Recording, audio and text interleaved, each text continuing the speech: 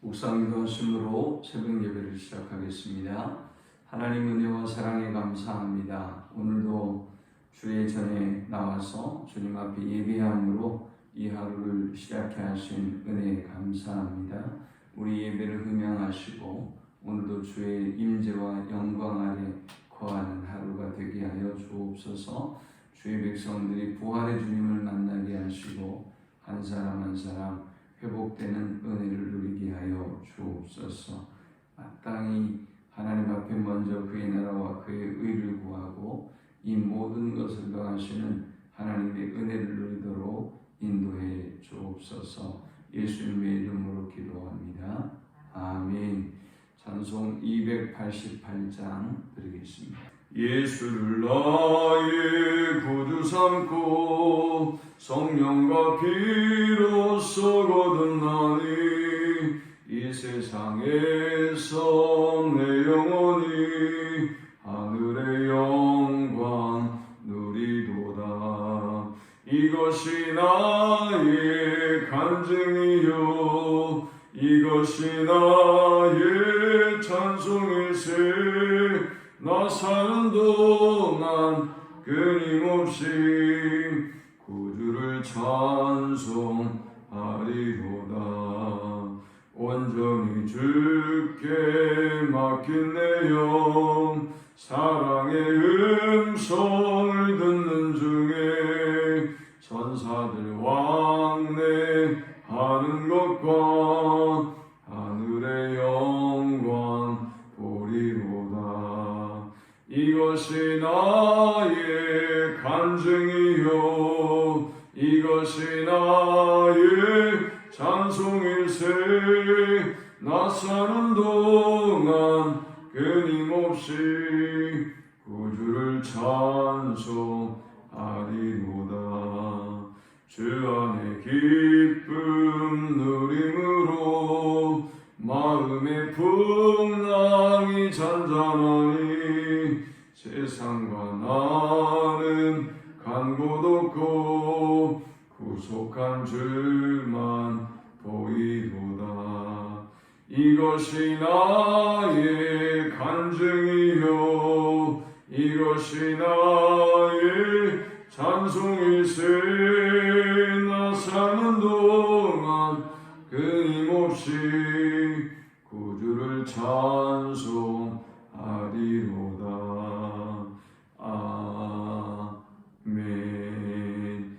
오늘 이 시간에 주시는 살아계신 하나님의 말씀은 구약성경 출애굽기 4장 1절에서 9절의 말씀입니다. 출애굽기 4장 1절에서 9절의 말씀 우리 한 목소리로 합독합니다. 모세가 대답하여 이르되 그러나 그들이 나를 믿지 아니하며 내 말을 듣지 아니하고 이르기를 여호와께서 내게 나타나지 아니하셨다 하리이다. 여호와께서 그에게 이르시되 내 손에 있는 것이 무엇이냐? 그가 이르되 지팡이니이다. 여호와께서 이르시되 그것을 땅에 던지라 하시매 곧 땅에 던지니 그것이 뱀이 된지라. 모세가 뱀 앞에서 피하매 여호와께서 모세에게 이르시되 내 손을 내밀어 그 꼬리를 잡으라. 그가 손을 내밀어 그것을 잡으니 그의 손에서 지팡이가 된지라. 이는 그들에게 그들의 조상의 하나님 곧 아브라함의 하나님 이삭의 하나님 야곱의 하나님 여호와가 내게 나타난 줄을 믿게 하려 함이라 하시고 여호와께서 또 그에게 이르시되 내 손을 품에 넣으라 하시매 그가 손을 품에 넣었다가 내어보니 그의 손에 나병이 생겨 눈같이 된지라. 이르시되 내 손을 다시 품에 넣으라 하시매 그가 다시 손을 품에 넣었다가 내어보니 그의 손이 본래의 살로 되돌아왔더라. 여호와께서 이르시되 만일 그들이 너를 믿지 아니하며 그 처음 표적의 표징을 받지 아니하여도 나중 표적의 표징은 믿으리라. 그들이 이 두 이적을 믿지 아니하며 내 말을 듣지 아니하거든 너는 나일강 물을 조금 떠다가 땅에 부으라. 내가 또 나일강 물이 땅에서 피가 되리라. 아멘. 하나님께서 선지자를 부르실 때 가장 먼저 그들을 만나시고 그리고 그들에게 서언하십니다. 말씀을 주십니다. 그 그러면 이 말씀을 듣고 바로 순종하는 사람이 얼마나 있겠어요? 이사야 선지자와 하나님과의 만남 이외에는 다 자신의 연약함을 고백하고 또 하나님의 위대하심을 고백하고 자신은 이 일을 감당할 수 없습니다 라고 고백합니다. 그러면 하나님이 다시 재언하십니다. 다시 말씀을 주시고 그리고 그에게 기적을 보여주십니다. 어떤 그가 하나님의 말씀을 믿을 만한 붙잡을 만한 기적을 보여주시고 재언하시면 이제 그때야 선지자가 순종하고 하나님이 그에게 주신 사명을 감당합니다. 모세를 부를 때도 이러한 선지자를 부르는 패턴과 비슷합니다. 자, 모세의 고민이 무엇이었습니까? 모세의 고민이 우리가 첫 번째 그가 하나님께 던졌던 질문을 보면 모세의 고민을 알 수 있어요. 내가 누구입니까? 내가 무엇이간데 그 일을 한단 말입니까? 라고 3장 11절에서 물었죠. 내가 무엇이기에 바로에게 가며 이스라엘 자손을 애굽에서 인도하여 내리까? 그의 두 번째 질문은 3장 13절에 있었습니다. 하나님은 누굽니까? 당신은 누굽니까? 라는 질문이에요. 이 두 가지 질문을 모세가 던졌습니다. 우리가 어떤 일을 감당하든 사명의 길을 가든 이 두 가지가 가장 중요하지 않습니까? 내가 누구인가를 알면 우리가 목회자도 되고 하나님의 일꾼도 되고 그리고 어떤 일을 감당해 낼 수 있는 것입니다. 그 다음 두 번째는 나를 보내신 이를 알아야죠. 나를 부르시고 나에게 말씀을 주시고 나에게 직분을 주시고 사명을 주신 그분이 누구인가를 알아야 우리가 순종하고 그 길을 걸어갈 수 있는 것입니다.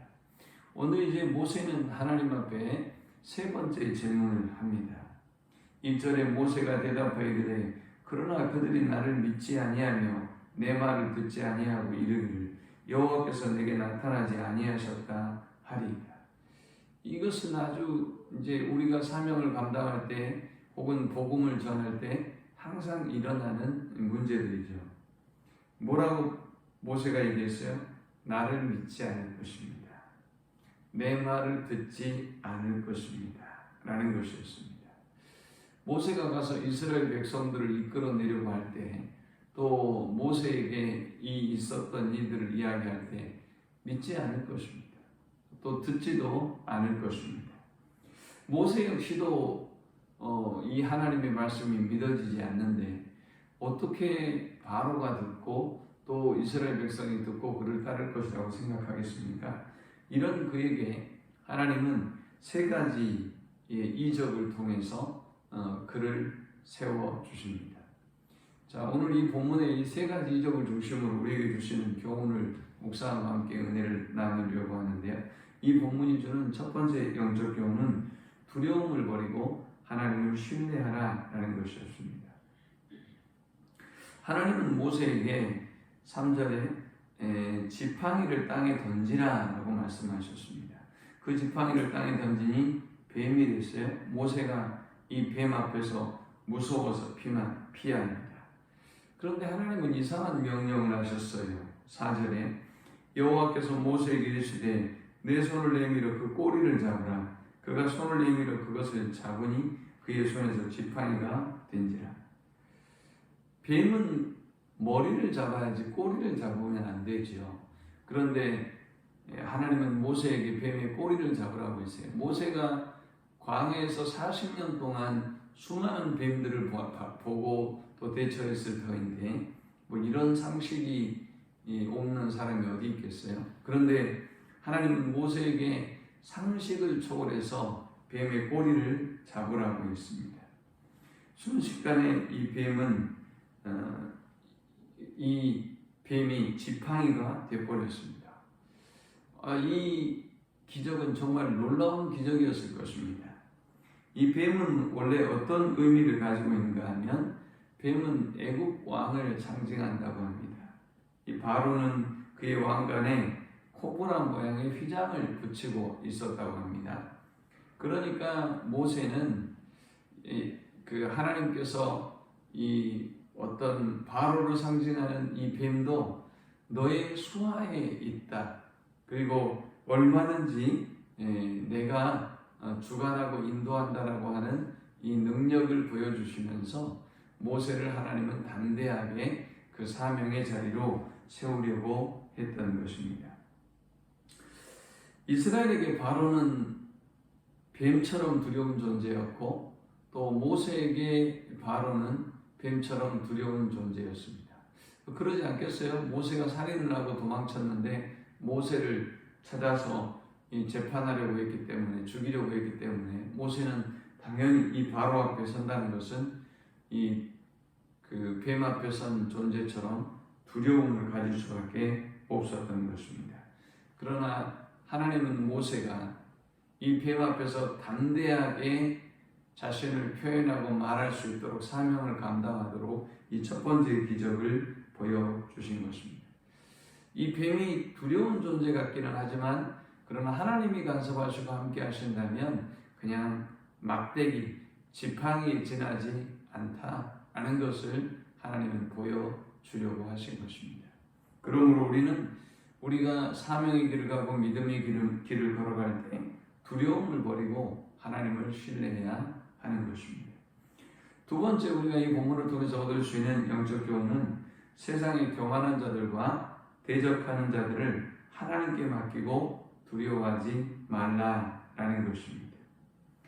하나님은 모세에게 너의 손을 품에 넣으라 라고 했습니다. 그 손을 품에 넣었다가 보니까 나병이 생겼어요.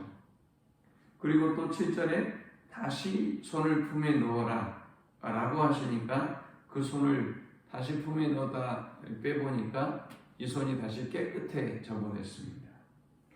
구약의 시대에 이 나병은 대부분 교만한 사람들을 하나님이 심판하시면서 주셨던 병입니다.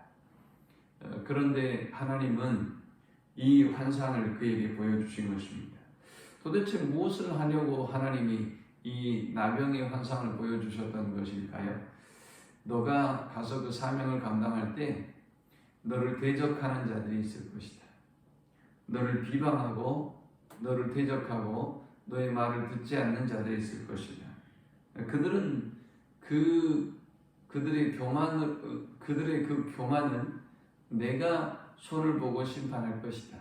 그러므로 너는 조금도 두려워하지 말고 너를 대적하는 자들 앞에 그리고 교만한 자들 앞에 담대하게 서라 라는 것을 모세에게 말씀하고 있는 것입니다. 마지막 세 번째 환상을 하나님은 보여주십니다. 9절에 이렇게 말씀합니다. 8절에 보니까 여호와께서 이르시되 만일 그들이 너를 믿지 아니하며 그 처음 표적의 표징을 받지 아니하여도 나중 표적의 표징은 믿으리라. 그러면서 9절에 그들이 두 이적을 믿지 아니하며 내 말을 듣지 아니하거든 너는 나일강 물을 조금 떠다가 땅에 부으라. 내가 또 나일강 물이 땅에서 피가 되리라. 첫 번째 표징을 보여주고 두 번째 표징을 보여줬는데도 그들이 믿지 아니하면 나일강 물을 떠다가 땅에 부어라. 그 물이 피가 될 것이다 라고 말씀했습니다. 이 나일강은 젖줄기라고 하죠. 이 젖줄기라고 하는 것은 생명의 근원이라는 말입니다. 여기에서 경제가 풍요로워지고요. 이 나일강 때문에 강한 군사력을 가질 수 있고 나라가 또 보호를 받을 수가 있었죠. 이 나일강은 또 학문을 뛰어나게 발전시켰던 그런 강이기도 합니다. 그런 근원이 바로 나일강이었습니다. 그러니까 애굽 사람들은 나일강을 신을 숭배하듯 숭배했습니다. 아니 그런데 그들이 사랑하고 그리고 섬기고 있는 이 나일강이 피로 변해버리는 이 역사를 보면 이들이 얼마나 두려움에 떨겠습니까? 그 말은 그 모든 물이 피로 변할 수 있다는 것을 의미하는 것이잖아요. 자, 이 이적을 보여주신 것입니다. 그러니 하나님에 대한 경외심 또 두려워하는 마음이 생길 수밖에 없겠죠. 하나님은 이 기적을 통해서 자신이 생명의 근원이시고 전능자라는 것을 보여주고 있는 것입니다. 나일강은 하나님이 계시지 않으면 없는 것이고, 나일강은 하나님이 마르게 하시면 말라버리는 것이죠. 우리 한강의 기적 그러는데 한강도 역시 마찬가지죠. 하나님은 모세에게, 두려워하고 있는 모세에게 세 가지 환상을 주시고 세 가지의 메시지를 주셨어요.